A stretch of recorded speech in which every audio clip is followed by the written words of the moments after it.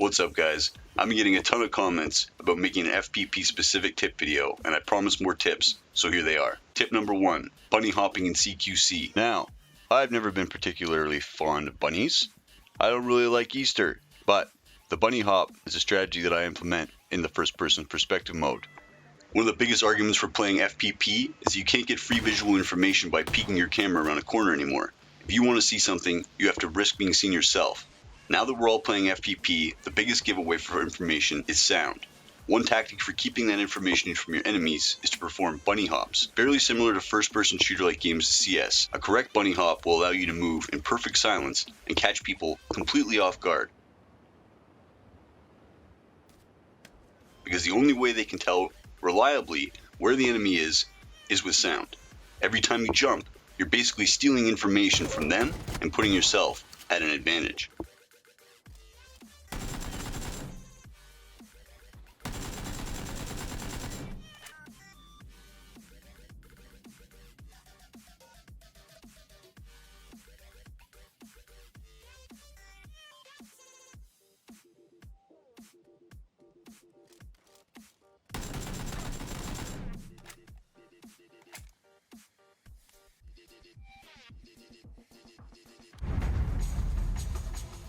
Tip number 2, map icons.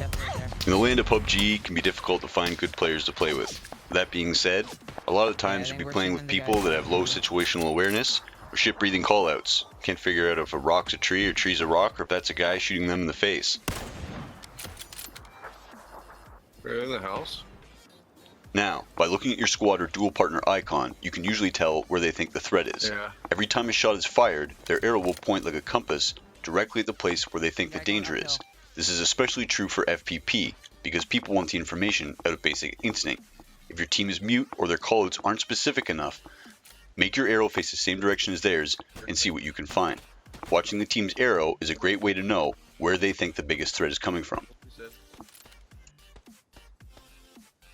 Guys running in on the right side. Tip number 3, stand back. Visual information is so important in FPP that for this tip, we're going to bring in someone who has used the tactic in real-world situations. The Green Knight Ghost served in special operations in the 75th Ranger Regiment with multiple deployments in Afghanistan and Iraq in support of the global war on terrorism. He conducted specialized missions including nighttime combat airborne jumps, urban warfare, and raids on high-value targets with a specialization in close-quarter combat and demolitions. He's a legend among men, and we're honored to have him on our channel doing tactical breakdowns. So without further ado, here's the Green Knight Ghost. Thanks, Listed. When moving outside from position to position, when running towards buildings, it is easy to see a target that has completely silhouetted himself by standing up against a window. This reveals a large size area to shoot at, and can be engaged by multiple people on the ground. So to prevent yourself from overexposing your body to outside threats, simply stand further into the middle of the room, and then make small adjustments for a clear field of fire.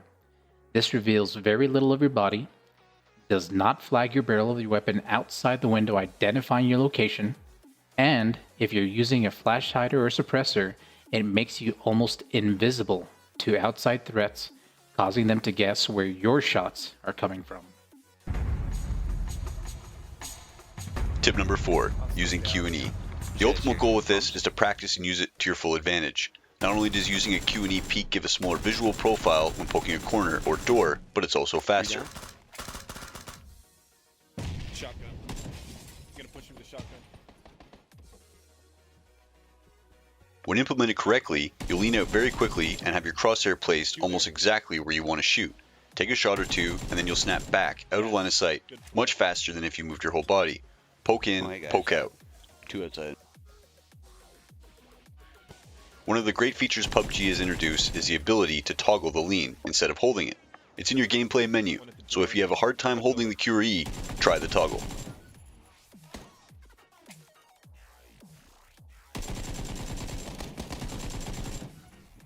Oh my god.